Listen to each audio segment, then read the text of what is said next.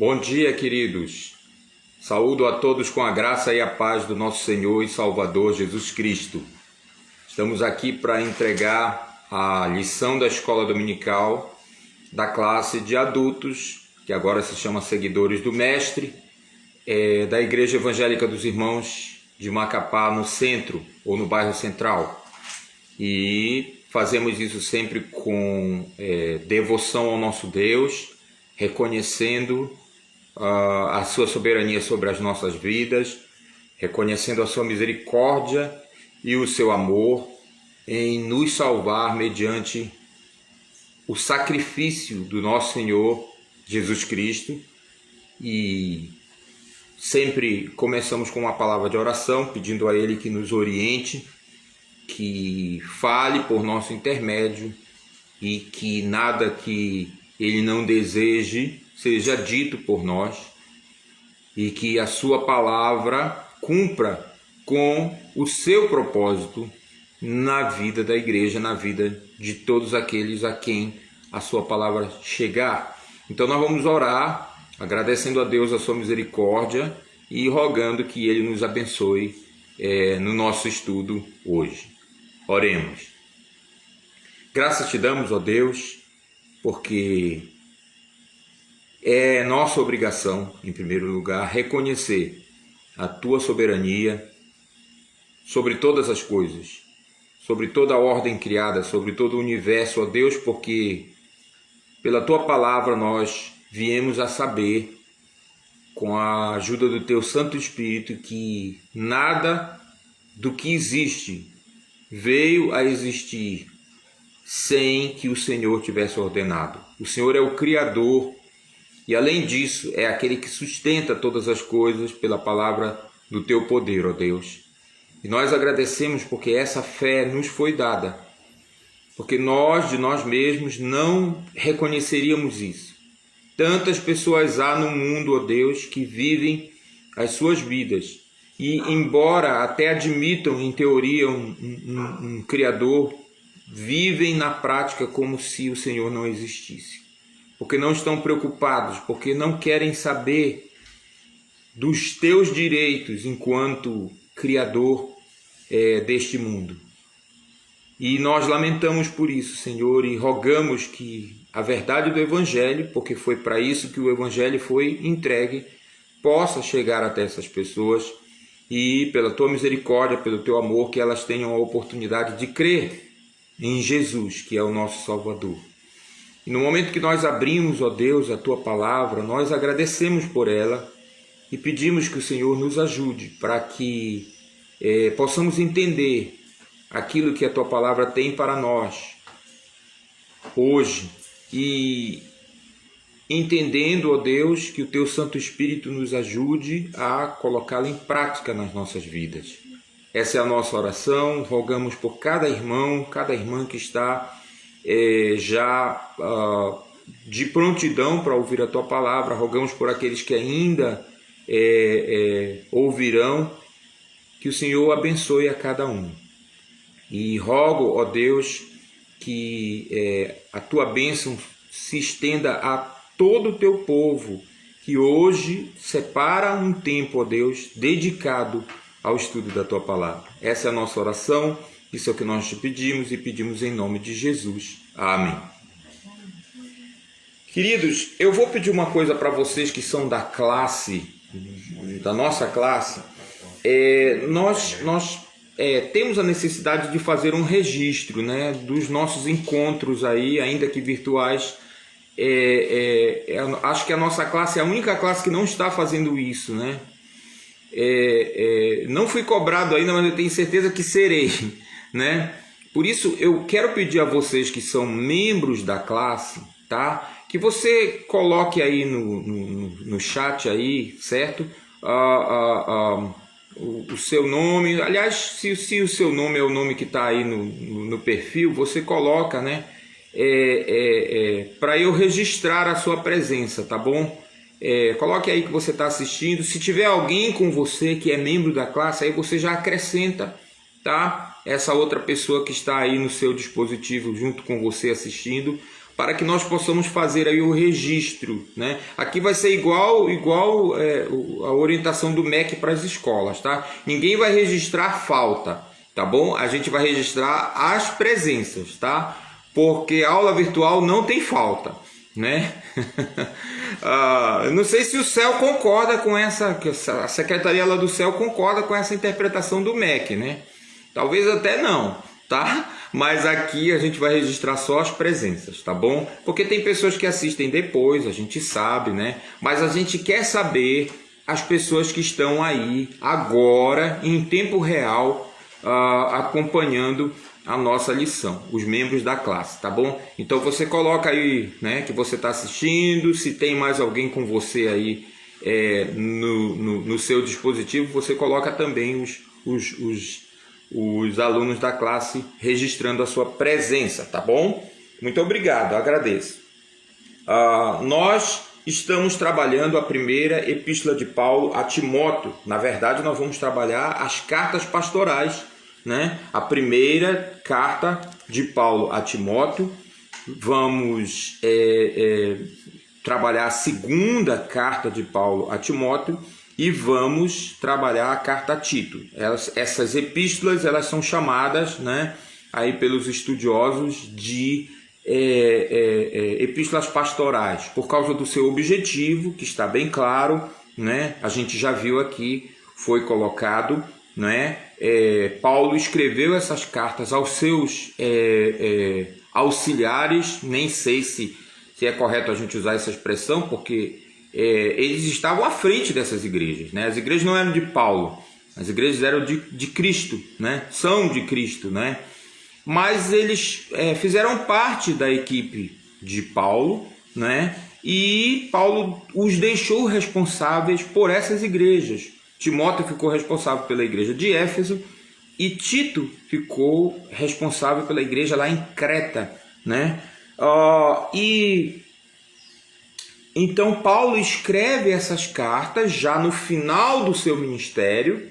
A gente já explicou isso aqui, né? Nós cremos e temos boa evidência para crer dessa forma que Paulo, no final daquele período de 2 anos que está registrado lá em Atos, né? Ele foi libertado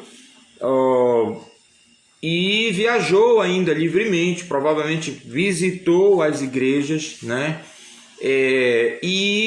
Alguns acreditam que ele chegou até lá ao extremo ocidente que ele queria, lá a Espanha, né?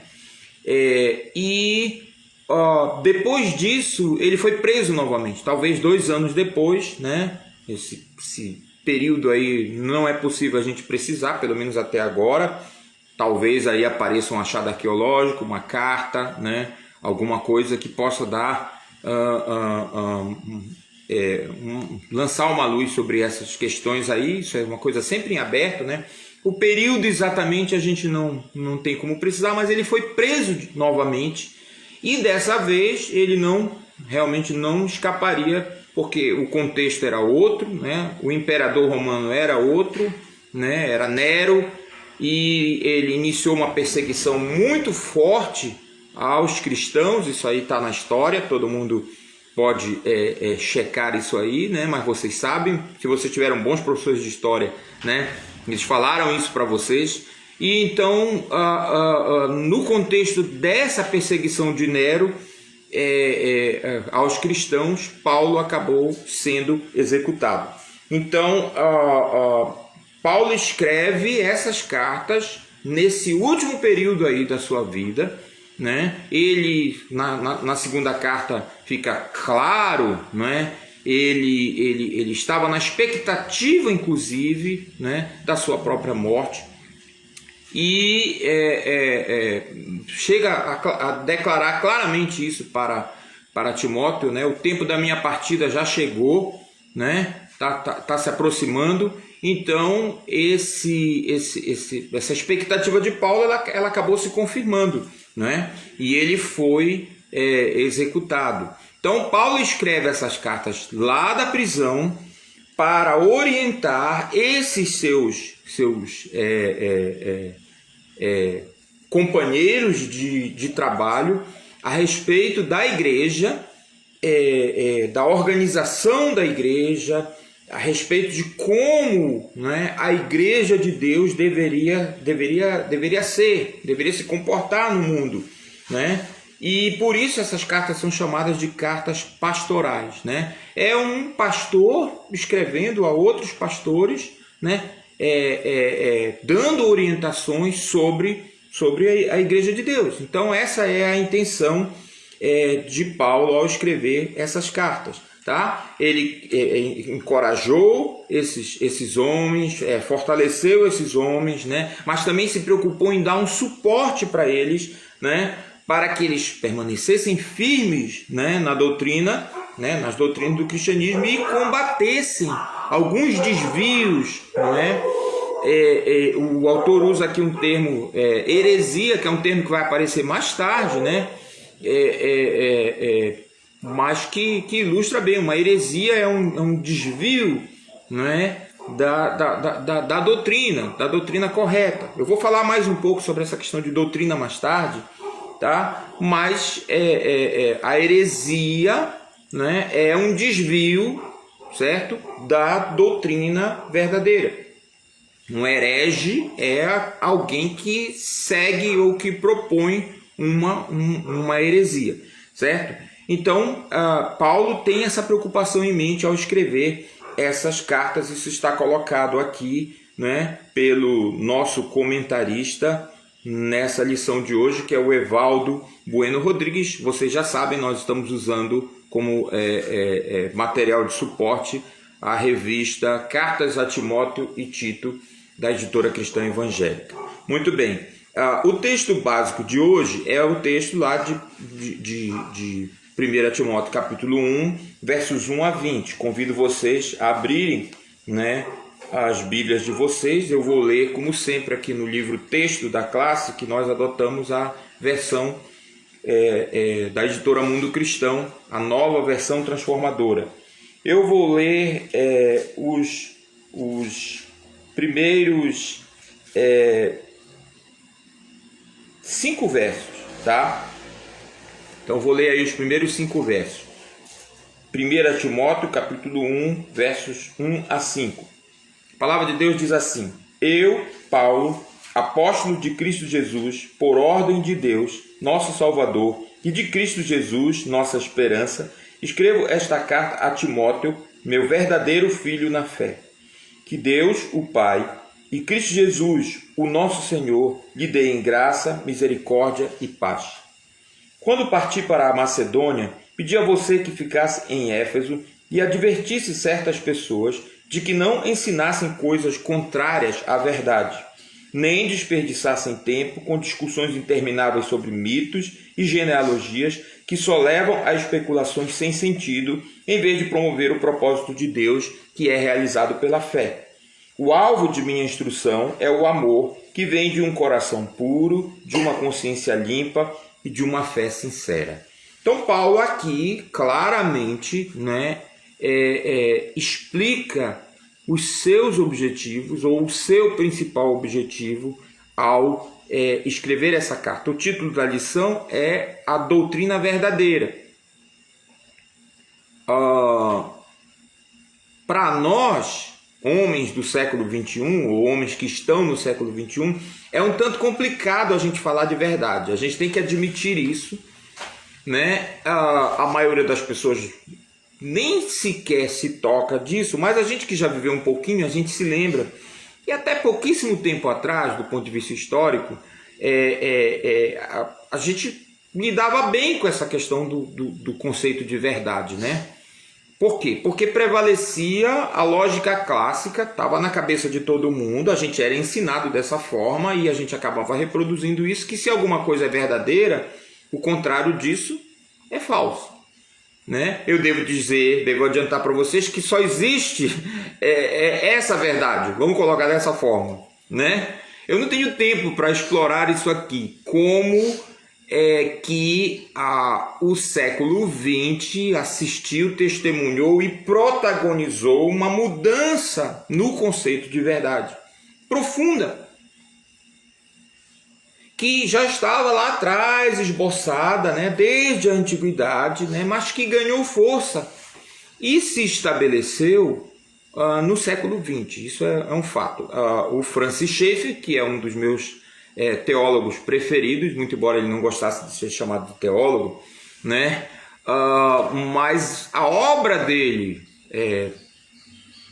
ele dedicou boa parte da obra dele a demonstrar, e ele faz isso com maestria, né, como esse conceito de verdade, herdado, né, aí da Idade Média, talvez eu poderia recuar um pouquinho mais, foi substituído por um novo conceito de verdade no século XX, né, que nos obriga hoje a falar de verdade verdadeira. Por incrível que pareça, é uma redundância, né?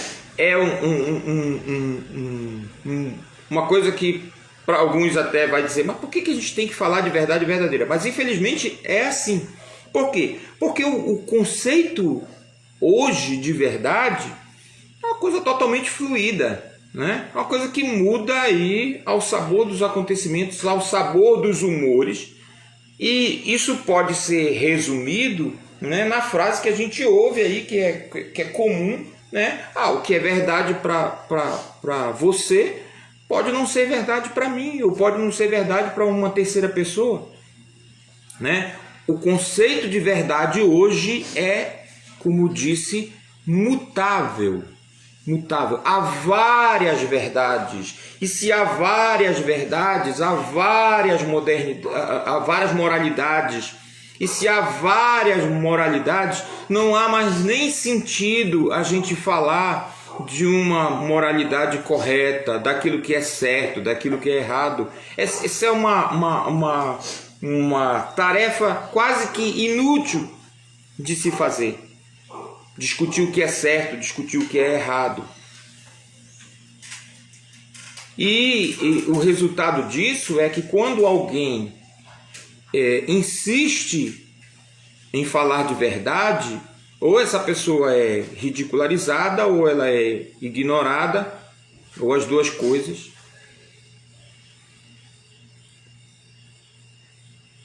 Por que nós temos tanta dificuldade para educar os nossos filhos? Mesmo nós. Porque a gente continua trabalhando um conceito de verdade dentro de casa, que eles, quando pegam o celular e acessam a internet, é bombardeado o tempo todo. Então você diz assim, olha, isso não é certo. E o menino olha com aquela cara assim de, será? Será mesmo? Quando não expressa isso claramente. Porque, vou dizer de novo, a gente dentro de casa, a gente continua trabalhando esse conceito de verdade. O que é verdadeiro, o contrário disso, que passar disso é falso. Mas ele, quando ele pega o celular e vai para a internet, encontra uma outra realidade. Não é assim não. Ele tem poemas em multidão, ele tem músicas em multidão, músicas populares inclusive, que falam sobre isso. Eu já mencionei várias vezes para vocês, né, a clássica canção do Raul Seixas, né, enquanto você se esforça para ser um sujeito normal, né, não vou aqui falar toda a letra, até porque eu não sei toda a letra de cor, né, mas é aquela música que fala do maluco beleza, né? Enquanto você se esforça para ser um sujeito normal, eu do meu lado vou aprendendo a viver, né? Controlando a minha maluquez, misturada com a minha lucidez, vou ficar, com certeza, maluco beleza. O que o Raul Seixas está fazendo ali é brincando, né, com esse novo conceito de verdade. Isso pode parecer maluquice para você, para mim é libertação, viver desse jeito. E ele é tão honesto que ele chega a dizer, esse caminho que eu mesmo escolhi é tão fácil seguir por não ter para onde ir. Há, de novo, músicas em multidão, há trabalhos acadêmicos em multidão que defendem exatamente isso. A verdadeira liberdade é a liberdade dos loucos, porque o louco ele não está sujeito a nenhum sistema de regras que foi imposto pela sociedade para ele. Ele faz aquilo que ele tem vontade de fazer. Essa é a verdadeira liberdade. E creiam, porque é verdade, muitos acadêmicos, muitos filósofos, muitos estudiosos se lançaram com fome em viver esse estilo de vida, que no final das contas é quase que suicida. E alguns efetivamente se acabaram pensando desse jeito. E de novo, isso foi para a arte. Você já viu alguma tela famosa aí, ou alguma escultura famosa que vale milhões de dólares, né? Que está aí sendo admirada por multidões, e aí de repente você está ouvindo todo mundo falar, né? E aí você vai lá, né? Está lá na sua cidade, né? Você já passou por isso? Quem sabe, né? Está lá na sua cidade, todo mundo está falando, todo mundo está dizendo que é uma obra maravilhosa. Aí você vai lá e olha e não vê nada. E aí você diz assim, é isso aqui? É exatamente o conceito moderno, pós-moderno, sei lá, como é que a gente vai chamar de arte? É exatamente isso. É você que tem que olhar e procurar a sua verdade ali naquela obra. E a única verdade que você vai tirar de lá, muitas vezes, é que não existe verdade. E você pode não entender absolutamente nada do que você viu lá, mas você já foi atingido por esse conceito de verdade. E creiam-me, isso vai lhe influenciar de alguma forma. Porque a arte tem esse poder. A arte tem esse poder. E como eu disse, o século XX assistiu essa mudança no conceito de verdade, que foi fundamental, é fundamental, para a gente compreender o estado de coisas que a gente tem hoje. Mas, como eu disse, nós, os cristãos, que cremos que Deus criou o universo, que cremos que Deus, como criador do universo, ele tem o direito de legislar sobre esse universo, ele tem o direito de dizer, e ele efetivamente o faz, o que é certo, o que é errado. Esse Deus que nos salvou mediante Jesus Cristo continua dizendo, desde o início dos tempos, que a verdade existe, que a verdade é Ele próprio. Vocês se lembram que Jesus disse isso para Pilatos? Jesus falou para Pilatos, olha, todo aquele que é da verdade me segue, me entende, me ouve. Vocês lembram da resposta de Pilatos? Vejam que já estava lá, aconteceu no século XX, digamos assim, que esse pensamento prevaleceu, mas o próprio Pilatos, lá no primeiro século, né, ele respondeu para Jesus, mas o que é a verdade? Por quê? Provavelmente ele já tinha lido alguns filósofos que já naquela época questionavam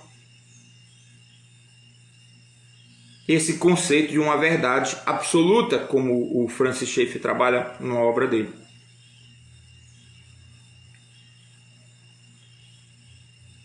Nós acreditamos na verdade. Para nós, a verdade é uma pessoa encarnada, o próprio Senhor Jesus Cristo. Por isso, Paulo aqui não tem problema nenhum de falar dessa maneira com Timóteo e dizer para ele, olha, eu te deixei aí para que você chame a atenção dessas pessoas que estão querendo ensinar coisas que são contrárias à verdade. Então, atente para isso, porque é importante, tá? Atente para isso, porque é importante. Há uma doutrina verdadeira. Eu já comentei isso aqui. Não sei o que é que ele é, não sei se ele é pastor, não sei se ele é teólogo, não sei se ele é filósofo. Na verdade, eu não sei, não me interessei muito. Mas mandaram para mim um senhor dizendo, olha, essa história de ortodoxia, não existe ortodoxia. O que era ortodoxia? Ortodoxia é a doutrina correta. Eu já expliquei isso aqui, essa expressão orto, com O, né? Orto, ela vem do grego e ela quer dizer o alinhado, o correto, o tratamento ortodôntico, é o exemplo que eu sempre dou, né? Eu fiz um tratamento ortodôntico alguns anos. O que a ortodontia diz? Que existe uma maneira correta, adequada dos dentes se alinharem na boca. E se a sua dentição não está alinhada da maneira como é correta, eles põem ferro na sua boca, né? Eles vão forçar os seus dentes e eles têm os mecanismos para fazerem isso. Vocês que estão aí com a boca cheia de ferro, né? Vocês sabem disso muito bem, né? E é doloroso, não é verdade? Porque eles têm instrumentos para fazer o dente descer, para fazer o dente subir, para fazer o dente girar. Olha, gente, eu não quero assustar ninguém aqui, tá? O tratamento é efetivo. Eu vou confessar uma coisa aqui também, meus colegas que são dessa área aí, né, que dão até aula sobre isso, entendam a minha postura. Mas eu era muito cético com relação à ortodontia. Para mim era só estética. Digo, não vou gastar dinheiro com isso não. Para quê? Como eu estava enganado. Ortodontia é saúde. Eu tinha uma dor de cabeça terrível. E eu passei anos com essa dor de cabeça, eu não sabia por quê. Até que um médico descobriu, pegou bem aqui em mim, a Fátima estava comigo, né? E descobriu, olha, você tem ATM, eu nem sabia o que era isso. Eu até ouvi TPM, eu olhei para a Fátima assim assustado. Esse cara tá com graça pro meu lado. Articulação temporomandibular. Sua dentição tá errada aí, os seus dentes, sua mordedura tá toda errada. Você precisa fazer um tratamento ortodôntico. Você só vai se livrar dessa dor de cabeça que está forçando essa musculatura aqui, se irradia. Sei que ele fez o terror lá, tocou o terror lá. E eu já tinha consultado tanta gente, já tinha até feito exame na cabeça, nada tinha resolvido. Falei para a Fátima, vou lá, bora ver, né? A Nessi, na época que estava fazendo tratamento, me ajudou muito, né? Fomos lá, ela me apresentou lá e eu fiz.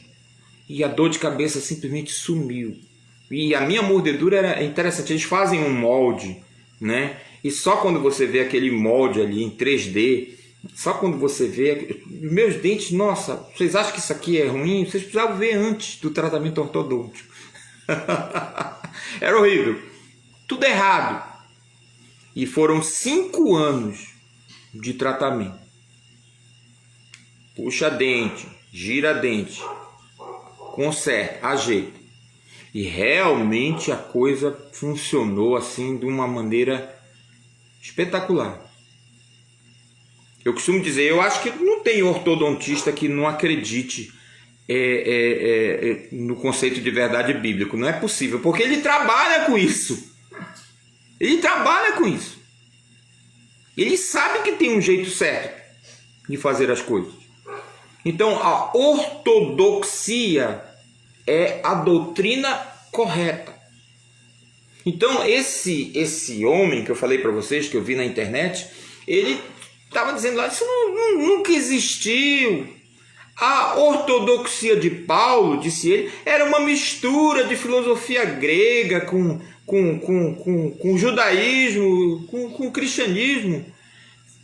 Gente, isso é de uma besteira, vou usar o português claro, tremenda. Paulo mesmo diz que a doutrina que ele pregava era escândalo para os judeus, loucura para os gentios. Dizer que a doutrina de Paulo era simplesmente uma miscelânea de filosofia grega com judaísmo, sabe, é uma coisa terrível. Mas o homem tem um título, né? Então ele pode dizer o que ele quiser lá e muita gente acredita. Eu vou ficar com Paulo, tá? Eu vou ficar com Paulo, que disse que a doutrina dele, que o Cristo crucificado que ele pregava, Senhor, era loucura para os judeus. era escândalo para os judeus e loucura para os gentios. Vou ficar com Paulo. Vou ficar com o que ele mesmo achava da doutrina que ele defendia.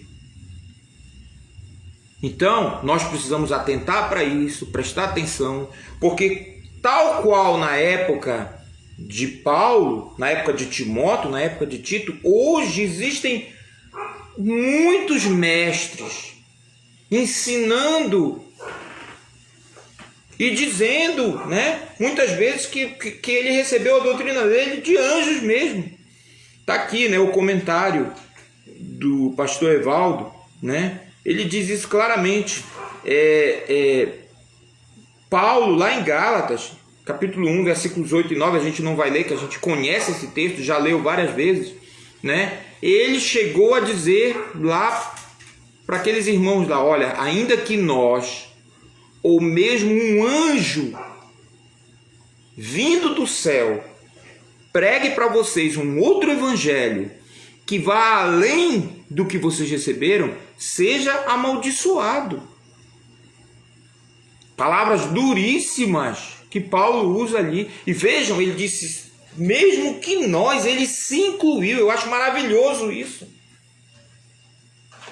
Paulo era tão humilde, né? Ele era tão assim, cônscio da responsabilidade dele, mas ele como ser humano, eu acho que ele até pensava, puxa, isso vale para mim também, até eu mesmo. Será que eu posso me desviar? Será que eu posso sair dessa doutrina? Eu acho que ele acreditava seriamente que ele precisava vigiar também. Ele vai dizer para Paulo aqui, tem cuidado, para Timóteo aqui, tem cuidado de ti mesmo e da doutrina. Ele jamais daria um conselho que ele próprio não achasse que servia para ele.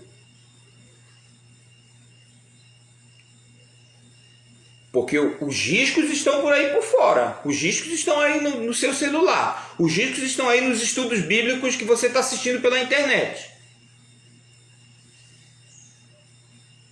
As heresias estão por aí. Muitas delas que parecem demais com a verdade. Muito. E que até queimam no seu coração, no sentido de que você sente assim, né, um ardor, alguma coisa assim. Uau! Mas que são erradas. Então Paulo diz assim, olha, ainda que nós, ele se incluiu, ou mesmo um anjo vindo do céu, pregue para vocês outro evangelho, outra coisa que vá além daquilo que vocês já receberam, amaldiçoem o sujeito e a doutrina. E deixe isso para lá. É por isso que vocês estão com as Bíblias de vocês aí, é por isso que eu estou com a minha aqui, é por isso que nós estamos acompanhando, verificando. Deus nos deu essa palavra, nós cremos nisso. Nós cremos que Ele literalmente soprou, usou a mente, a personalidade, as mãos dos escritores bíblicos para nos dar essa palavra, que Ele nos deu como um estatuto perpétuo, como um tesouro inestimável por toda a eternidade. Eu não tenho dúvidas de que nós entoaremos os louvores que estão neste livro por toda a eternidade. Eu não tenho dúvida disso.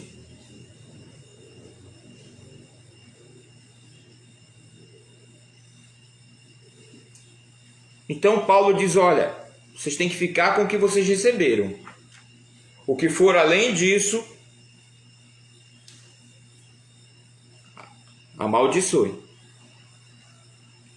Já é maldição. Portanto, tome muito cuidado. Então, havia uma preocupação de Paulo com essas armadilhas de Satanás. Vocês devem se lembrar que o próprio Jesus também disse, né? O pastor Evaldo comenta aqui, Mateus 16, 18. Edificarei a minha igreja e as portas do inferno, está aí no ponto 1, né?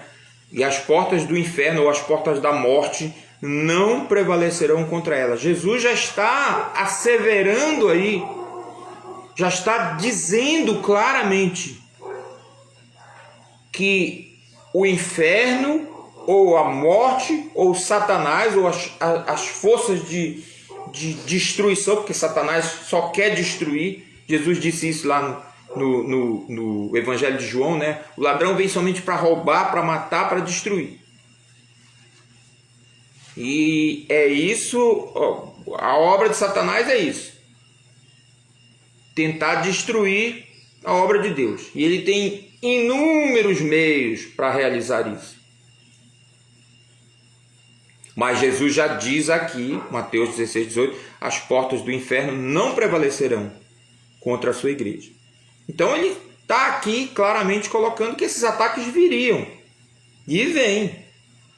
Né? Se Satanás tentou o próprio Jesus, gente, se ele teve essa ousadia, se ele teve essa coragem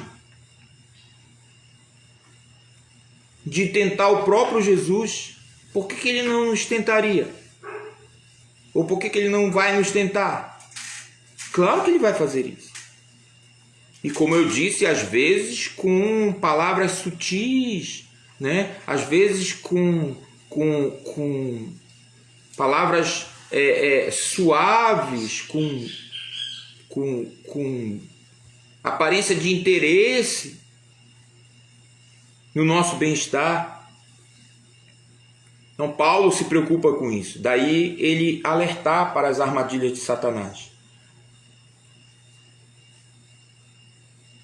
E o segundo ponto que ele coloca aqui é os atalhos que levam à morte, né? Os falsos mestres pregavam doutrinas contrárias ao Evangelho. Eles anunciavam outro Evangelho. Esse outro Evangelho não se baseava nas doutrinas que haviam sido transmitidas pelos apóstolos de Cristo. Por isso, só podem levar à morte.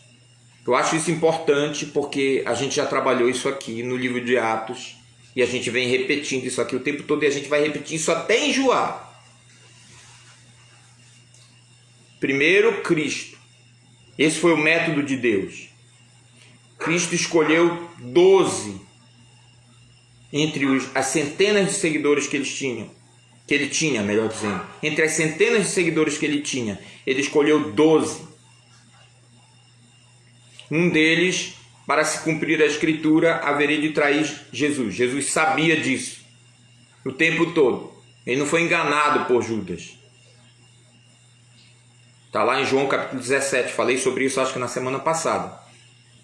Jesus diz claramente, olha, eu escolhi os homens que o Senhor Pai me deu do mundo. Nenhum deles se perdeu, exceto o filho da perdição, para que se cumprisse a Escritura. Então, estava escrito que Judas haveria de trair a Jesus. E mais tarde, está lá no primeiro capítulo do livro de Atos, Judas foi substituído no colégio apostólico por Matias. O texto diz claramente que ele ocupou lugar entre os 12. Houve aqui um processo de substituição. Tá? Então, o lugar que antes pertencia a Judas está claro na Bíblia. O lugar que antes pertencia a Judas passou a ser ocupado por Matias, no colégio apostólico. E o que era esse colégio apostólico? Homens que tivessem testemunhado o ministério de Jesus desde o batismo de João, ou seja, quando ele foi batizado por João, o batizador, até a sua ressurreição. Era necessário que o apóstolo tivesse acompanhado todo esse processo aí, fosse testemunha desses fatos. Então, 2 homens foram propostos lá naquela reunião, Atos capítulo 1, nós já vimos isso aqui. E oraram, fizeram lá um sorteio e Matias foi escolhido por Deus e ele ocupou o lugar que antes era de Judas. Então, agora nós já temos esses homens e temos esses homens levando a mensagem do Evangelho. Começando com Pedro, lá no dia de Pentecostes. Também vimos isso aqui. né? Aquele dia em que houve um acréscimo de 3.000 pessoas ao número de batizados lá. E então a igreja continuou se espalhando e está se espalhando até hoje e vai se espalhar até o dia em que Cristo voltar. Vocês estão comigo? Vocês estão acompanhando? Né? Então Deus escolheu esse processo aí, certo? E Ele inspirou esses homens para escreverem esses livros que estão aqui. Esses 27 livros que estão aqui, que a igreja reconheceu mais tarde como livros autorizados, como escritura, no mesmo nível da escritura lá dos 39 livros do Antigo Testamento. De novo, já trabalhei esse processo aqui, mas eu tenho muito material sobre isso. Você pode passar o resto da sua vida estudando isso se você quiser. Tá? Eu tenho muito material e o que eu tenho aqui não é nada, é uma gota no oceano. Pode passar o resto da sua vida estudando isso se você quiser. Mas nós podemos ter absoluta certeza de que esses livros que nós temos aqui na nossa Bíblia são autorizados por Deus. São escritura. O apóstolo Paulo entra depois nesse enredo, lá no caminho de Damasco, vocês se lembram, né? Nós vemos isso aqui, certo? E ele fala, ele diz claramente, olha, eu sou apóstolo de Cristo, eu vi o Senhor, eu sou como alguém que nasceu fora do tempo. E aí o evangelho continua sendo pregado, mas balizado por isso aqui. O autor de Hebreus, ele diz lá, olha, Deus no passado falou muitas vezes, de muitas maneiras, mas é a revelação no Filho, no seu Filho, que é a revelação final dele. É a última revelação. Essa é a nossa fé na Igreja dos Irmãos. Isso é um ato de fé para nós. Nós cremos nisso. Quando João baixou a pena lá, depois de terminar o livro de Apocalipse, para nós, encerrou o processo de formação da palavra de Deus. E nós reconhecemos todos esses livros como livros autorizados, inspirados por Deus. E Paulo diz lá, de novo, ó, o que passar disso, seja nós, seja um anjo vindo do céu, amaldiçoem, está amaldiçoado já. Então tem um processo claramente delimitado aqui, que nós devemos seguir. Nós devemos seguir. Por quê? Porque se nós não fizermos isso, a igreja não vai ser edificada. Pelo contrário, a igreja vai ser destruída. Está aí na história o prejuízo que desvios da fé verdadeira têm causado à igreja. Prejuízo, eu quero deixar isso bem claro. Jesus já disse, né? As portas do inferno não prevalecerão contra ela. Mas por que a gente fala de prejuízo? Né? Porque a igreja sofre, vamos dizer assim. A igreja verdadeira, a igreja gloriosa, que o Senhor vai apresentar ao Pai, naquele dia não vai faltar ninguém lá, tá? Você pode ter certeza disso, absoluta certeza disso. Mas a igreja visível, essa igreja que a gente vê aqui, certo? Essa sofre. Daí Paulo escrever aqui. Sofre com armadilha de Satanás, sofre com heresias. Por isso a igreja precisa estar atenta. O que era que os falsos mestres faziam lá? Paulo descreve, né? Pegava aquelas lendas lá do personagens do povo judeu do passado, transformava essas lendas em mitos, em fábulas, e atribuíam a essas lendas um valor religioso. E com isso eles acabavam minimizando ou até eliminando a obra salvífica do Evangelho. Meus queridos, é lamentável a gente ver que, apesar do que Paulo escreveu aqui, isso se repetiu na história da igreja de novo.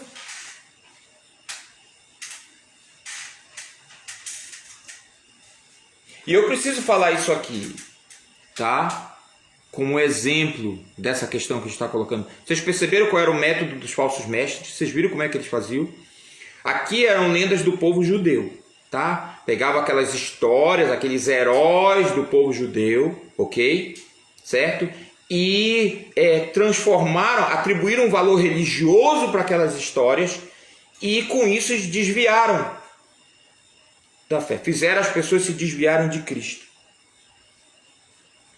E isso, infelizmente, aconteceu ao longo da história e acontece. Os exemplos são muitos. Você pode ler o Evangelho de frente para trás, de trás para frente. Você não vai encontrar, eu preciso dizer isso, me desculpe se eu vou ofender alguém, mas você não vai encontrar um versículo sequer, só umzinho, que apoie a ideia de que a mãe de Jesus é nossa intercessora, de que ela fala por nós no que diz respeito à nossa salvação para Jesus. Você não vai encontrar nenhum versículo na Bíblia, mesmo na Bíblia, das pessoas que defendem essa ideia. Meu pai, pastor Euládio Trindade, eu achava muito interessante, quando ele ia visitar alguém, ele sempre perguntava se essa pessoa tinha uma Bíblia em casa. E aí a pessoa às vezes tinha, né? E aí dizia, eu tenho, mas a Bíblia é da minha religião. O papai dizia, não tem problema, pegue lá. Eu não vou usar a minha não, e guardava dele. Vou usar a sua. Eu vou lhe mostrar na sua Bíblia. E era interessante a gente ver pessoas que possuíam Bíblia em casa e que, quando se deparavam com determinados textos, eles simplesmente não acreditavam que aquilo estava escrito lá. E aí eles olhavam e o papai, o senhor está vendo aqui? Olha, o senhor está vendo o que está dizendo aqui?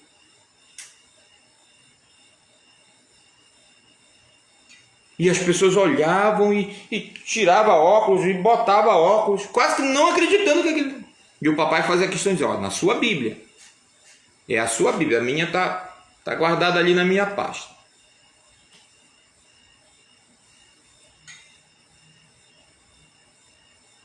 Porque mesmo na Bíblia que essas pessoas usam, não tem nenhum texto dizendo que a mãe de Jesus é nossa intercessora. Que nós precisamos orar para ela, que nós precisamos apelar para ela para sermos salvos. Peraí, e como é que isso apareceu na história do cristianismo? Aí, meu querido, eu posso mostrar para você. Se você quiser, eu posso mostrar. E eu posso garantir para você que foi bem tarde na história do cristianismo. Bem tarde. Que esses acréscimos foram feitos porque a igreja, talvez até bem intencionada, as pessoas que estavam na frente da igreja naquela época, os líderes da igreja, quiseram pegar as histórias, os mitos daqueles povos, e eles tinham todo um histórico, eles tinham deuses que tinham a mãe e o filho, trabalhando juntos em favor dos homens. E a igreja, ou melhor dizendo, os líderes da igreja naquela época, talvez até bem intencionados, eu não sei, querendo aproveitar essa bagagem cultural que aquelas pessoas tinham, pegaram e simplesmente disseram, olha, tá vendo, vocês não têm aí a deusa tal, que com o filho dela trabalha em favor dos homens? Pois é Jesus e a mãe dele. E então começaram as representações. Tanto que os céticos, eles adoram mostrar isso, né? Dizendo que o cristianismo, né? O cristianismo é uma compilação dos mitos anteriores a ele. Eles pegam lá imagens do Egito Antigo, pegam da Babilônia, que existem essas deusas com o seu filho menino. Aí eles colocam. Você entra na internet e você acha isso muito. Né? Olha aqui, olha, Egito Antigo, muito tempo antes de Cristo, Babilônia, não sei quantos 1000 anos antes de Cristo. Olha aqui, a deusa e o seu filho bebê. Olha a representação, olha os halos, né, ao redor dela. Para dizer que o cristianismo, né, é simplesmente uma compilação desse vídeo. Não, o verdadeiro cristianismo não é não, querido. É só você ler aqui. É só você olhar. E aí você vai descobrir que isso foi acrescentado depois. Infelizmente, o conselho que Paulo deu aqui, a instrução que Paulo deu, que eu tenho certeza que Timóteo seguiu, e quem sabe a outra geração que veio depois de Timóteo, e talvez mais uma geração, mas aí um dia alguém teve uma ideia errada. E aí o resultado está aí para todo mundo ver. Eu sempre conto para vocês devem se lembrar, uma amiga querida que eu tenho, que hoje é uma irmã. Todas as vezes que eu começava a conversar sobre isso com ela, ela segurava logo uma medalhinha que ela usava, dada pela mãe dela, como querendo dizer assim, eu preciso de força. Ela começava a segurar aquela medalhinha, porque ela estava entendendo o que eu estava falando. Porque ela estava arraigada, presa naquele sistema, que ela tinha aprendido com a própria mãe. E mãe é mãe, né, gente? Quem é que vai querer confusão com aquilo que a mãe ensina? Competir. Quem é que vai querer competir com isso? E eu tinha que falar, e falava, e orava. E um dia, pela misericórdia de Deus, para que toda a glória e toda a honra seja dada a Jesus Cristo, Deus abriu o entendimento dela e Deus lhe deu a vontade para esquecer aquele sistema errado e se apegar com Cristo. E um dia ela fez um telefonema para mim e falou: você está ocupado tal dia? Infelizmente eu estava. Eu estava porque eu era professor da classe e eu não poderia ir, mas ela disse: poxa, que pena, eu queria que você fosse assistir o meu batismo pela minha fé no Senhor Jesus Cristo como meu único e suficiente Salvador. Eu me arrepio quando eu falo disso. Vejam, isso é uma coisa que só Deus faz. Nenhum homem tem esse poder. Nenhum de nós. Nós somos servos de Deus. Ele nos usa. Mas essa transformação, que é uma transformação profunda do coração, só Ele pode fazer. E um dia ela me contou, ela era minha colega de trabalho, eu cheguei lá e ela me contou. Disse: Eliezer, fiz uma coisa difícil, mas fiz. Eu peguei a medalhinha que a minha mãe me deu, coloquei dentro de um estojo bonitinho e devolvi para ela. Vocês podem imaginar o que é para uma filha fazer uma coisa dessa com uma mãe, gente? Uma senhora idosa já. Só Deus, gente. Só Deus. Dei para ela. Ela disse: não, minha filha, mas eu dei para você, eu dei para lhe proteger. Ela falou: não, mãe, veja bem, eu sou muito grata a mãe por tudo que a senhora fez por mim. Sou muito grata, mamãe. Só Deus sabe. Mas, mamãe, entenda, eu não acredito mais que essa medalha me protege. Eu não acredito, mamãe. Então, o que eu poderia fazer? Eu não vou mais usar. Eu acho que o certo é eu lhe devolver, eu lhe dar. A senhora me deu com tanto carinho, eu estou devolvendo com todo carinho para a senhora, mas eu tenho que ser honesta com a senhora, mamãe. Eu não acredito mais. E aí a mãe dela aceitou. De volta. Vejam, eu acho essa história assim, eu poderia, sei lá, passar o resto da manhã falando sobre isso, porque é uma coisa extraordinária que só Deus faz. Como eu disse, é só a obra de Deus na vida de uma pessoa. Mas Deus faz.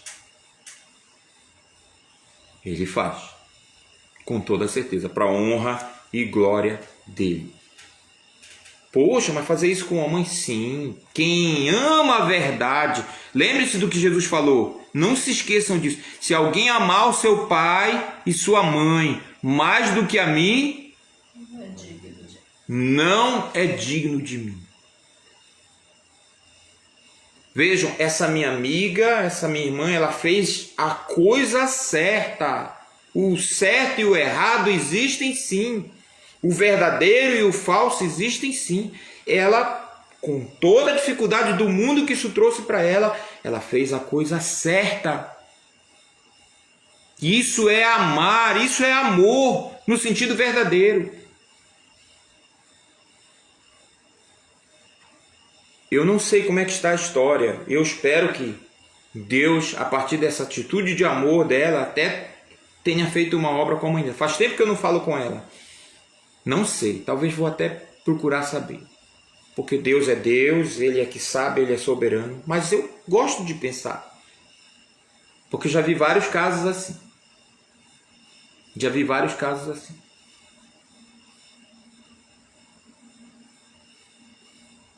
Então, infelizmente, muitas pessoas hoje ainda estão enganadas por sistemas. E olha, isso pode acontecer em qualquer lugar, tá? Não pense que porque a gente é evangélico, isso não acontece na igreja evangélica, porque acontece sim. Eu queria dizer que não, mas acontece. Há muitas igrejas evangélicas, pelo menos que se dizem evangélicas, desculpa, bati aqui na câmera, fazendo acréscimos à Bíblia do mesmo jeito.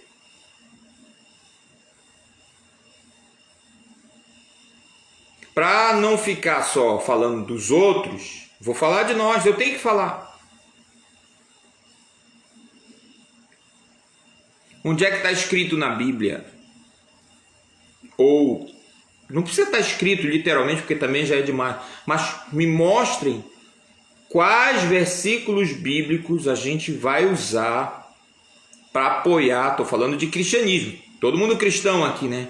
Para apoiar essa ideia de que se eu pegar essa água aqui, que está aqui dentro dessa caneca, é água, colocar em cima da minha TV aqui, aliás, tiveram que adaptar isso, né? Porque as TVs estão tão finas hoje, né, Ivanildo? Não dá mais para colocar em cima da TV, deve ter dado o jeito deles. Colocar em cima da TV essa água aqui, enquanto o pastor fulano de tal, que é o homem, esse é o do poder,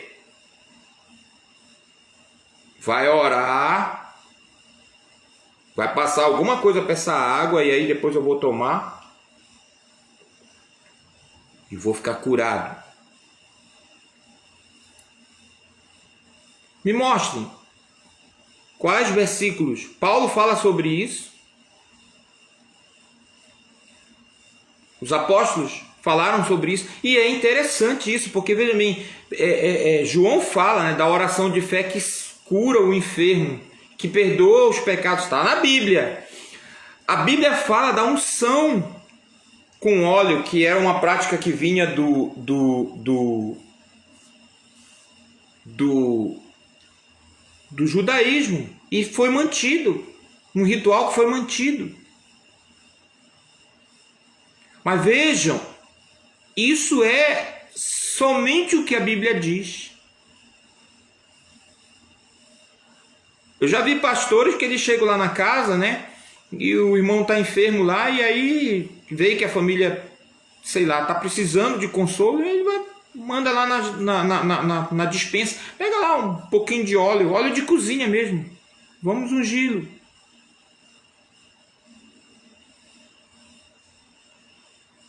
Se Deus quiser curar, Ele vai curar.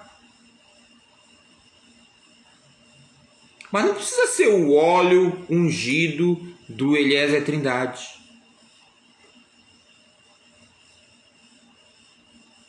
Não precisa ser. De novo, isso é um acréscimo perigoso que muitas igrejas evangélicas estão fazendo. Corrente disso, corrente daquilo. Enfim, a criatividade para isso não tem fim. Não tem fim.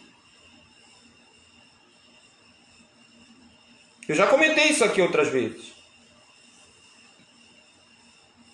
A internet está cheia de vídeos pavorosos.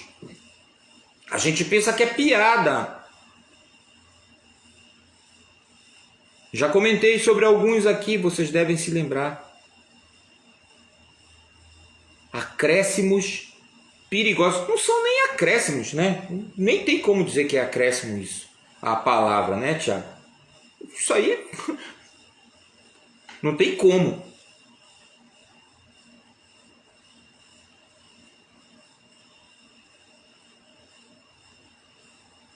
Heresias, desvios da fé que entraram na igreja e continuam entrando. Você percebe a atualidade dessas cartas? E isso pode acontecer com qualquer um, tá? Isso pode acontecer com qualquer um.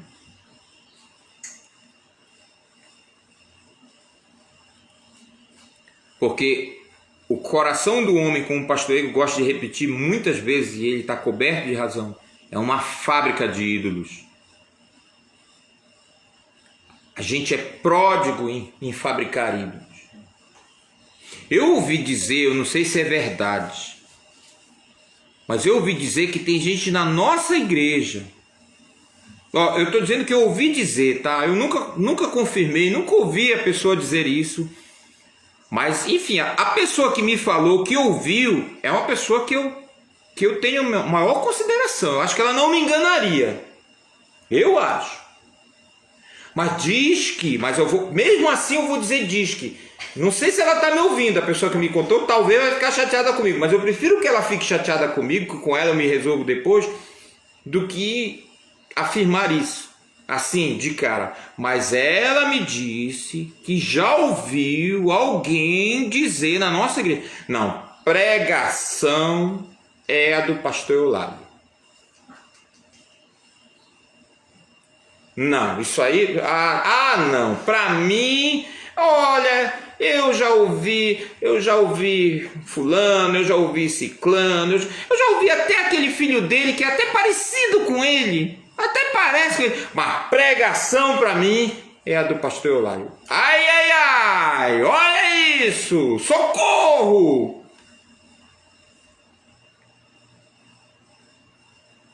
A heresia está bem perto da pessoa que está dizendo uma coisa dessas. Se é que tem alguém que está dizendo isso. E eu fico me perguntando, o papai ele já está jubilado, né? Já faz tanto tempo que ele não prega assim em público. Graças a Deus a gente ainda tem o privilégio de ouvi-lo em família. É um privilégio, sem dúvida nenhuma. Mas cuidado, o pastor Eulálio é ser humano. Não é Jesus.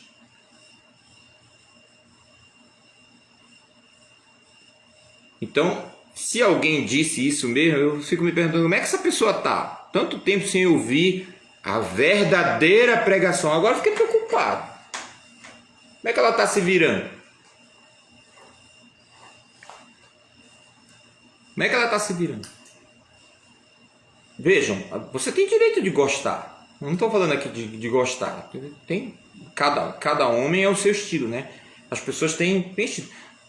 Não estou falando disso aqui.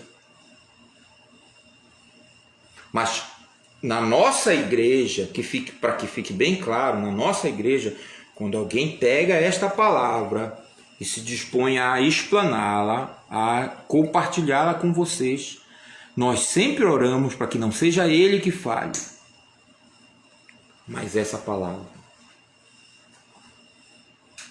E se de alguma maneira, querido, você está vendo o homem e não a palavra, há algum problema com você. Tem algum problema com você. Definitivamente não é com a palavra. Acho difícil ser com o homem. Tem alguns homens que realmente é complicado, mas enfim. Mas se você está vendo o homem e não a palavra, tem algum problema com você. Você está me entendendo? Sendo bem sincero, não tem como não ser, né? com você, preste atenção para isso. Porque pode haver um laço do inimigo aí, uma armadilha de Satanás, que pode pegar você. Tome cuidado. Tome cuidado.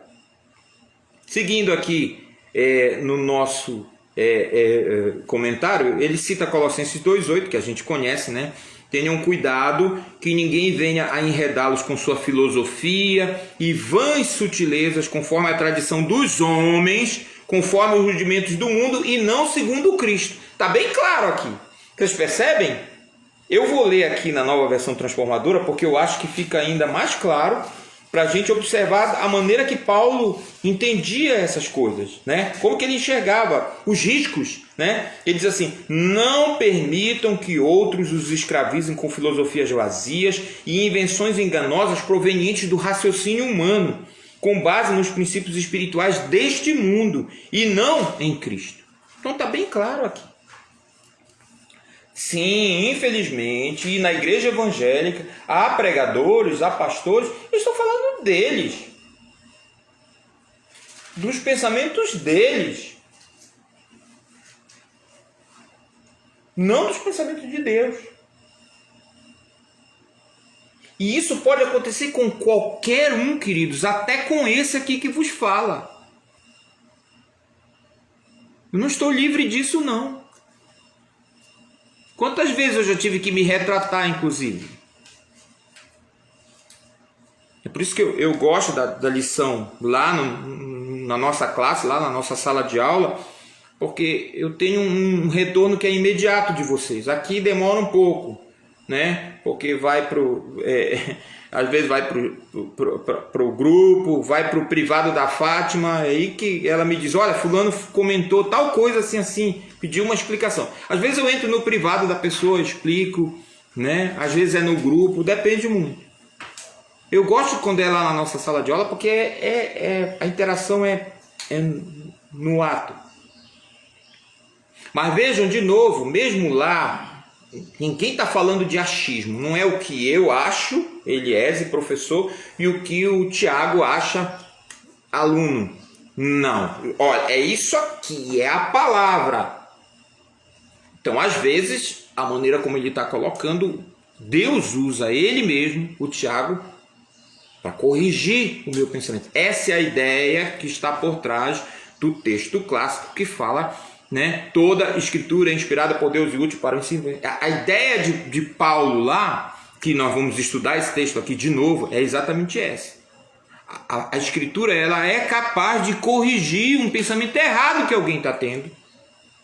Então vem outra pessoa, às vezes o próprio Espírito faz isso, você entender um texto de uma determinada forma por anos, e aí de repente você vai fazer um estudo mais aprofundado daquele texto, e de repente você vê que estava aprendendo errado, que te ensinaram errado às vezes até. Isso pode acontecer. Vejam, a escritura ela é infalível, mas o homem que está lidando com a escritura não é. Isso pode acontecer.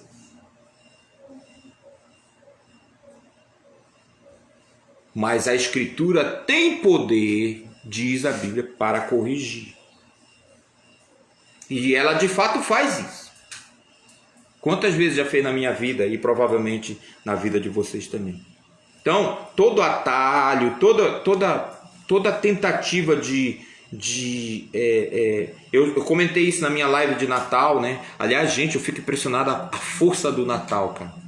A live de Natal tem o triplo de visualizações da nossa live aqui normal da classe, Thiago. Não é incrível isso? Foi feito um dia desses.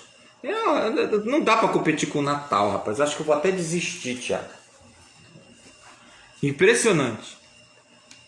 Mas eu comentei lá na live de Natal como que na história da igreja as representações do nascimento de Jesus e da morte de Jesus passaram a substituir o ensino sobre o nascimento de Jesus e a morte de Jesus. É impressionante isso. Houve um momento na história da igreja que, infelizmente, o pessoal achou mais fácil dramatizar. O povo estava acostumado, né? O povo estava acostumado com isso. Nas feiras havia aqueles artistas itinerantes que faziam as suas peças lá nos mercados, lá no meio da praça.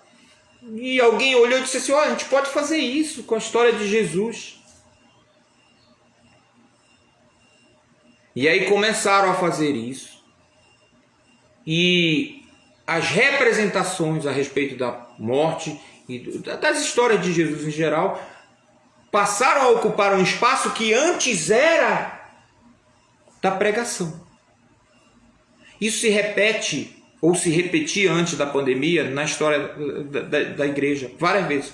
Às vezes você ia assistir uma peça teatral que durava 1 hora, depois vinha o pastor e falava 20 minutos. E ai dele que passasse de 20 minutos. Ai dele. Porque já estava todo mundo cansado, as crianças já estavam correndo pelo salão. Então o pastor que se vire no tempo que sobra para ele falar.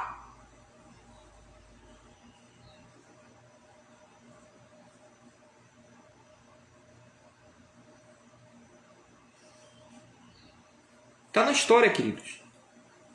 Só pesquisar. Só pesquisar que você vai ver. Olha, isso aqui, ó. Pode ser a melhor peça do mundo, mas a maioria... Eu já até escrevi peça, você sabia? Eu estou falando com propriedade. Eu já escrevi peça. Eu e papai. Ele como autor, eu como coautor. Tem por aí em algum lugar esse drama. Na minha época chamava de drama, né? Hoje em dia caiu em desuso essa palavra. Drama de Natal. Pastor Eulálio Trindade, lá embaixo, como auxiliar, como escrevente, o meu nome. Eu tenho em algum lugar isso por aí. O papai escreveu, roteirizou e dirigiu essa peça. Quem viu, viu. Quem participou, participou. Mas olha, eu digo para vocês, mesmo a melhor peça escrita não substitui essa palavra, não pode substituir o ensino, a explanação dessa palavra. É essa palavra que transforma, queridos.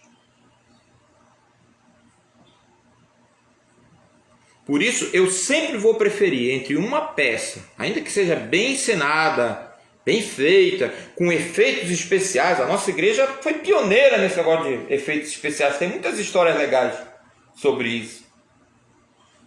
Mas eu sempre vou preferir uma explanação da palavra. Cadê os balãozinhos azuis com aquela mão branca aí? Cadê? Cadê? Onde estão? Hein? Eu sempre vou preferir o ensino da palavra com propriedade a qualquer peça, a qualquer encenação teatral. Sempre. Sempre. Porque o que transforma é essa palavra. Ai, que bonito. Ai, que legal. Obrigado. Vocês estão concordando comigo, espero, né? Porque é essa palavra que transforma, é essa palavra que salva.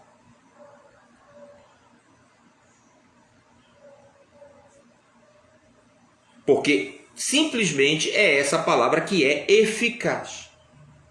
Vejam, o comentário já no ponto 2 aqui, Pastor Evaldo diz: rapidamente Paulo volta os holofotes para a grandeza e a sublimidade do evangelho, do qual ele mesmo fora alvo, e traz à memória a própria experiência de conversão, de obstinado perseguidor dos cristãos a ministro de Cristo, uma guinada somente possível porque ele transbordou a misericórdia e a graça de Deus. Então está bem claro aqui, nós vamos ficar com o evangelho porque o evangelho é eficaz. É ele que transforma. É ele que transforma a vida das pessoas. Seu testemunho, isso é, o testemunho de Paulo, era uma afronta às falsas doutrinas gnósticas que afirmavam ser má e perversa a matéria, o corpo, portanto irrecuperável. Eles não admitiam a possibilidade da transformação de pecadores em honrados e muito bem preparados ministros da palavra de Deus. O objetivo de Paulo foi mostrar que aqueles falsos ensinos nada tinham a ver com a proposta do Evangelho. Esse é o ponto. Ficou claro para vocês? Espero que sim. Espero que tenha ficado claro. Por quê? Por que que o Evangelho é eficaz? Porque o alicerce do Evangelho, o Evangelho está alicerçado em quê? Em primeiro lugar, está aí no versículo 5, no amor de Cristo. Voltando para cá, para 1 Timóteo, capítulo 1, a gente já leu, né, o verso, mas eu vou ler de novo. Ele diz assim: o alvo de minha instrução é o amor que vem de um coração puro, de uma consciência limpa e de uma fé sincera. Então aí está, né? E o pastor Evaldo diz: ao contrário do prejuízo que os falsos ensinos geravam, Paulo dá ênfase ao aspecto positivo da prática do amor segundo Cristo, que vem pela operação do Espírito Santo. Aliás, isso a gente poderia também passar o ré da manhã aqui discutindo isso, né? E não vai ser suficiente. Não é que as pessoas não sejam capazes de amar as pessoas que não são crentes. O amor verdadeiro, ele é possível de ser experimentado mesmo por uma pessoa que não seja crente. Sabe por quê? Porque a graça é comum, isso é, o favor que Deus manifestou sobre todas as pessoas é maravilhoso.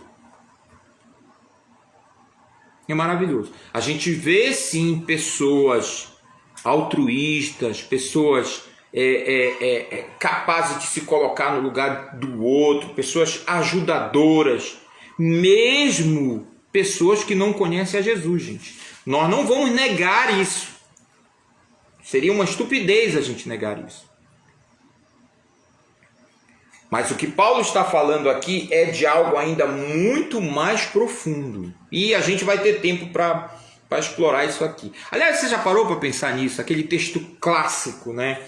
Lá de Romanos capítulo 8, quando a Bíblia diz: também aos que de antemão conheceu, também os predestinou para serem conforme a imagem do seu Filho. Vocês lembram desse texto? Esse texto está dizendo que Deus nos conheceu antes, lá atrás, antes da gente ser salvo.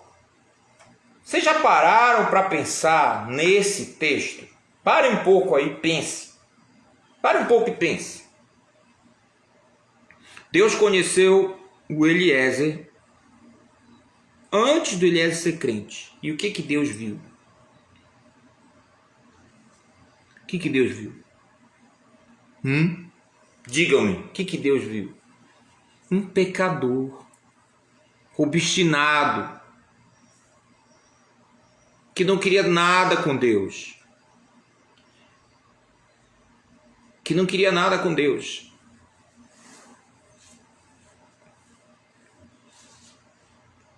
Foi o que Deus viu. Vejam, e o fato de Deus me conhecer é maravilhoso demais. Isso não o impediu de me amar, de me salvar. Vocês estão entendendo? O amor cristão, ou o amor segundo o cristianismo, é algo muito mais profundo.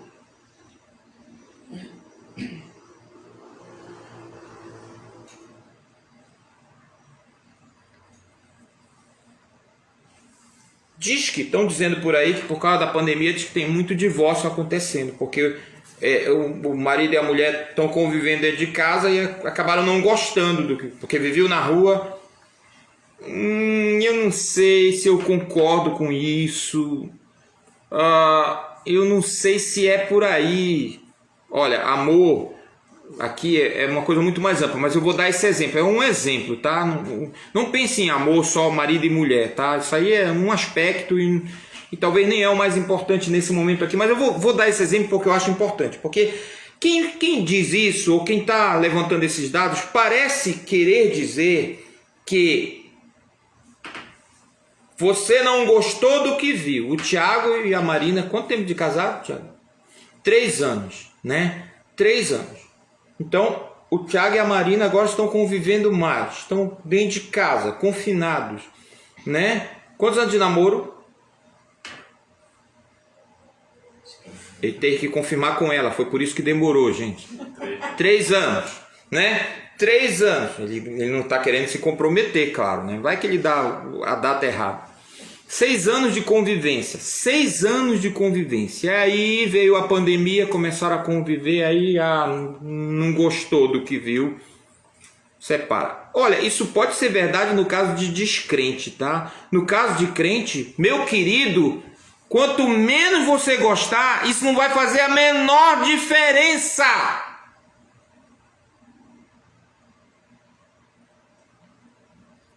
Porque o amor, no conceito cristão, não depende de gostar do que você vê ou do que você experimenta. É por essa razão que eu parei de pegar no pé dos jovens que estão solteiros. Antigamente eu encarnava muito com eles, fazia humilhação pública, né? Era aquela coisa, aquela encarnação mesmo. Hoje não, hoje eu sou mais comedido. O máximo que eu faço é dizer que eu oro. Aliás, alguns eu até já fui além da oração. Mas tudo com muito temor, com muito respeito, porque é muito sério. O Tiago e a Marina têm 3 anos, eu e a Fátima temos 23, quase 24. Quantos anos, seu Raimundo? 57. E quantos anos de casado? Só de casado, gente, 57, uau!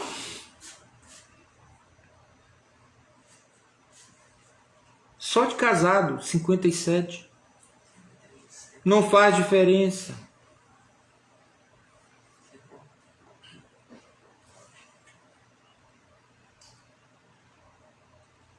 Às vezes me faltam as palavras para falar sobre isso, porque é uma coisa tão profunda, né? Só quem está dentro da relação é que sabe, isso é um fato.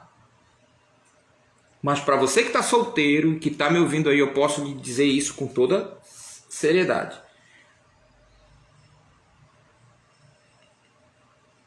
Não importa o que você vai encontrar, seja 10, 15, 20, 57 anos depois, aos olhos de Deus, o amor está além disso, além desse conhecimento que você possa vir a ter.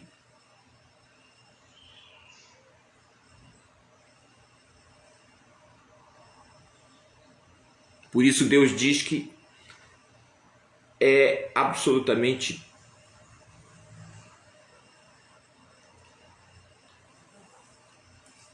triste quando essa união se desfaz.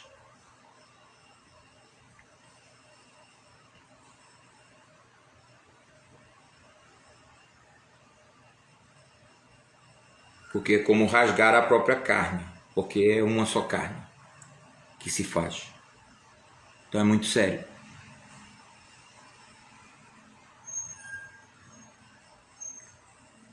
O cristianismo, ele foi sim revolucionário na proposta, num certo sentido, por isso. Lembra da palavra de Jesus, amai os vossos inimigos. Como assim?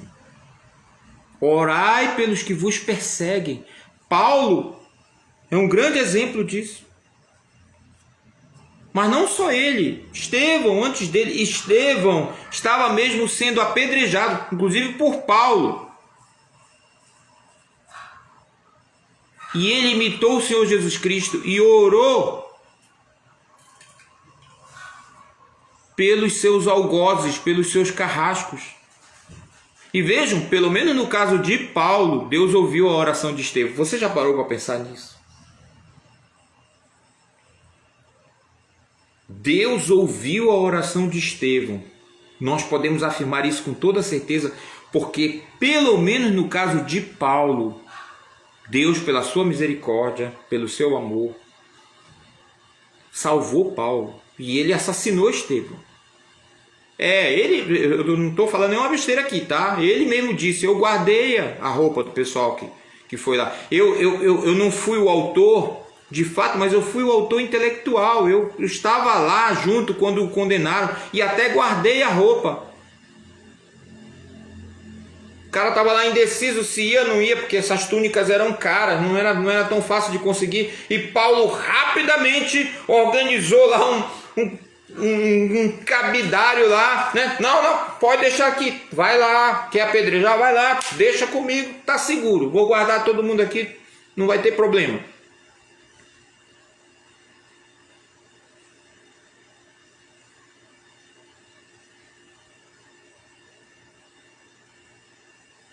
E Deus salvou esse assassino.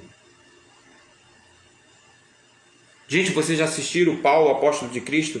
Assistam, eu não esqueci, viu? Rapidamente aqui vou falar. O final desse filme é maravilhoso. Nossa, eu chorei muito. Aliás, isso não conta, porque o pessoal diz que eu choro em tudo quanto é filme. Mas, e preste atenção, você tem que entender o final. Eu já falei com algumas pessoas que viram o filme e não entenderam o final. E você pode não chorar nesse final, mas que você vai ser balançado, porque é lindo o final desse filme. É maravilhoso demais. Você precisa prestar muita atenção. Uma frase que Paulo fala lá pelo meio do filme, e que só no final do filme é que você vai entender. E que vale a pena você ver. Talvez eu não devia fazer isso aqui, mas eu vou comparar até com o filme do... Talvez não seja cristão fazer isso, né? Mas enfim, tem um filme do universo Marvel, eu não me lembro mais qual é, né? Mas que um dos personagens diz uma coisa para outro personagem lá muito parecida. Ele diz: como é que você lida com as pessoas que você matou? E aí o cara diz, a pessoa que perguntou estava querendo dizer assim: você não se importa. E aí o outro responde assim: eu vejo cada um deles o tempo todo. Eu nunca esqueço. Então lembra um pouco, né, essa cena, né, quando você vê o filme de Paulo, tem alguma coisa ali que é parecida. Então assista, porque a gente vai fazer a nossa aula pelo Zoom, né, para a gente comentar o filme. Eu acho que vai ser muito legal, tá? Então assista o filme se você ainda não viu. Paulo, Apóstolo de Cristo. Então, já partindo para o final aqui da nossa explanação de hoje, o Evangelho funciona porque ele é eficaz, melhor dizendo, porque ele está alicerçado no amor de Cristo, porque ele também está alicerçado numa consciência limpa e na fé sincera. Isso é importante. Aqui, aí eu posso afirmar, né? Se você pode experimentar alguma medida de amor sem Cristo, consciência limpa, não. Tá? Eu pessoalmente acho que é impossível para uma pessoa que não tem Cristo, que não crê em Cristo como Salvador e Senhor, viver com a consciência limpa. Para você viver com a consciência limpa, é preciso que você tenha a convicção de que seus pecados estão perdoados. Você não concorda comigo, senhor Romano? E mesmo o homem mais legal do ponto de vista humano, aquelas pessoas até que a gente até diz, às vezes, já comentei isso aqui, fulano ou fulano é ótimo, é uma pessoa boa, é uma pessoa muito legal, só falta ser crente. Querido, se falta ser crente, falta tudo para ele, tá? Eu não estou falando de ser crente, pertencer a uma igreja evangélica, não estou dizendo isso. Ser crente, no caso, é crer em Cristo como seu único e suficiente Salvador. Que fique bem claro, é disso que a gente está falando aqui quando a gente fala de ser crente, tá? Se falta isso para alguém, falta tudo, queridos. Na nossa concepção é assim, certo? Mas a gente não diz às vezes: fulano é muito legal, ou fulana é muito legal. Mas vejam, o próprio apóstolo Paulo, já depois de cristão, ele diz isso: olha, eu sei que em mim, isto é, na minha carne, em mim mesmo, não habita nenhum bem. Isso todo mundo sabe. Muitas pessoas negam a realidade do pecado, certo? Elas negam, para elas não existe pecado. Tem até uma música antiga que fala sobre isso, né? Você pode negar a existência do pecado, mas a realidade dele é inescapável. Então não dá para ter uma consciência limpa se você não estiver em Cristo. Não dá, simplesmente não dá. Então nós precisamos a gente não está falando aqui, aliás está aí, né? Consciência pura, porque a nossa consciência ela pode ser cauterizada, ela pode ser enganada até. Aliás, o livro de Provérbios fala, né, da mulher que Olha, desculpa, o livro fala da mulher, mas isso pode acontecer com o homem também. Hoje em dia a gente tem que pedir desculpa por tudo, né? Tá complicado. Tá complicado dar estudo bíblico hoje em dia, né? Complicado. Mas enfim, o texto fala da mulher, mas pode acontecer com um homem também. E acontece, né? A mulher que literalmente, ou o homem que literalmente sai caçando numa relação adúltera. E quando encontra aquele ou aquela com quem vai consumar lá o ato, ainda dá graças a Deus. Está lá escrito, né? Aquela pessoa, aquela mulher, encontra aquele rapaz e diz assim: olha, Deus ouviu as minhas preces. Já cumpri com todas as minhas obrigações religiosas.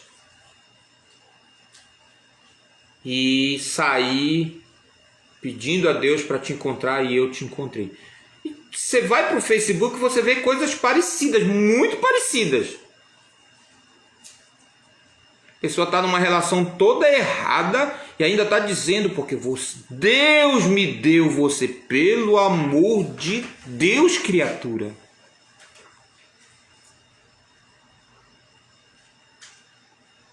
A consciência pode ser enganada, pode ser cauterizada, pode ser amortecida. A pessoa está fazendo coisa muito errada e ainda está dando graças a Deus. Mas aqui está se falando de consciência pura, que só pode vir pela operação do Espírito Santo. O Espírito Santo nos convence que os nossos pecados são perdoados e isso nos dá uma motivação para viver uma vida diferente. Lembra do que Paulo falou lá em Romanos? Por acaso nós vamos pecar porque os nossos pecados são perdoados? Estão perdoados? De maneira nenhuma. De maneira nenhuma. Eu ouvi uma história uma vez, eu já vou terminar, muito triste, já contei essa história para vocês várias vezes até.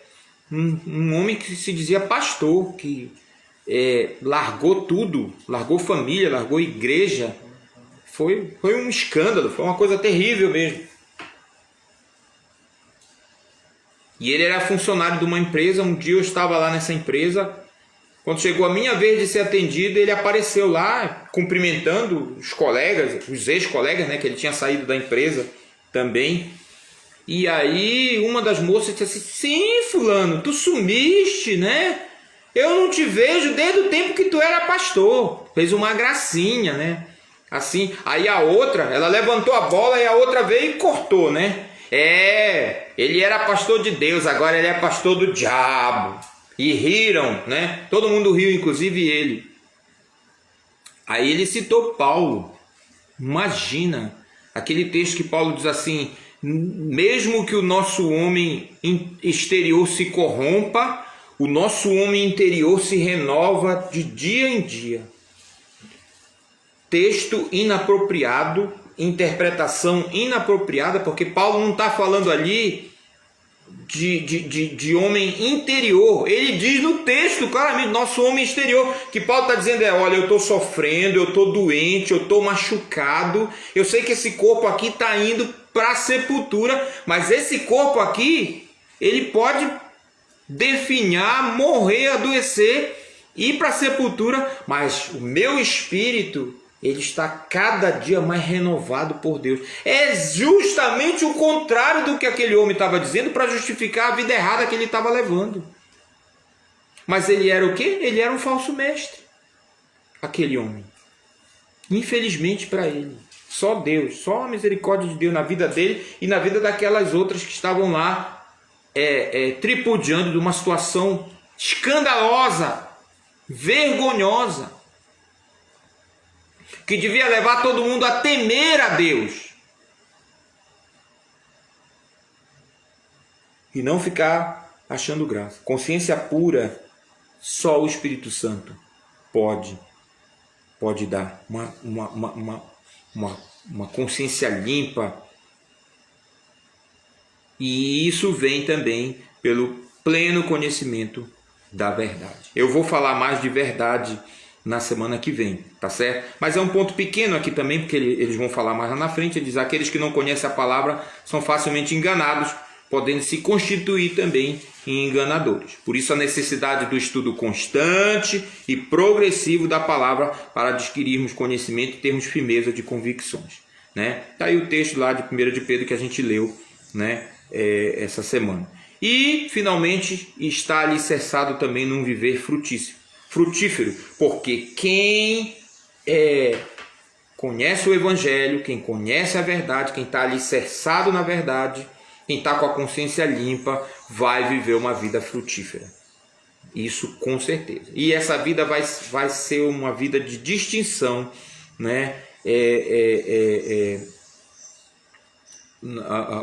Na vida, vai ser uma vida diferente que esse cristão vai levar. Eu vou parar aqui, tá certo? Tem ainda todo o ponto 2 pra gente, ponto 3 melhor, falando do bom combate. E aí na semana que vem a gente vê como é que a gente vai, se eu vou encaixar isso na próxima lição ou se eu vou insistir ainda mais nesse ponto aqui. Mais provável que eu vou encaixar isso na lição da semana que vem. Tá bom? Já são 10h37 e está na hora da gente terminar. Vamos orar, vamos mais uma vez agradecer a Deus pelo tempo que nós passamos aqui. Eu pedi para o Tiago fazer essa oração, tá bom? Agradecendo a Deus pelo tempo que nós tivemos aqui com a sua palavra. Oremos. Pai Santo que está nos céus, queremos te agradecer, ó Pai, pela oportunidade maravilhosa que o Senhor nos dá de abrirmos a Tua Palavra, estudarmos, de vermos as Tuas verdades, Senhor, que é viva, que é eficaz para nós. Obrigado. Que nos converte também em nossos pecados. Senhor Jesus, muito obrigado porque o Senhor nos dá essa oportunidade de abri-la, Pai. Nos dê entendimento sobre tudo aquilo que ouvimos. Muito obrigado, Senhor, pela palavra do nosso professor. Abençoe sua vida, dê sabedoria para que cada dia mais ele possa estar te buscando, se aprimorando na tua palavra, assim como nós também, Senhor. Muito obrigado porque ouvimos, nos dá entendimento, ajude para que possamos compreender tudo aquilo que foi dito e aplicar, Senhor, no nosso dia a dia. Amém. Aplicar na nossa vida, compartilharmos com as pessoas que convivem conosco, com as pessoas que amamos, Senhor, para que, se for da tua vontade, muito mais pessoas se convertam à tua palavra, se convertam ao Senhor. Nos dê um bom domingo, um domingo de reflexão sobre o Senhor, sobre Jesus, e que mais tarde, Pai, à noite, possamos também ouvir a tua pregação no culto à noite, Senhor. Nos dê um bom restante de dia, que eu te peço em nome de Jesus. Amém. Amém. Obrigado, Tiago. Muito bem, como eu sempre digo, a saudade é muita, mas o amor também é grande, tá? Que Deus abençoe a todos. Tchau, tchau. Por favor, dê um retorno, tá? No grupo, no privado. A partir de agora, meu telefone está liberado, tá certo? Para você mandar mensagem, tá bom? Comentários, críticas, e que Deus abençoe a todos e até mais tarde, tá bom? Tchau, tchau.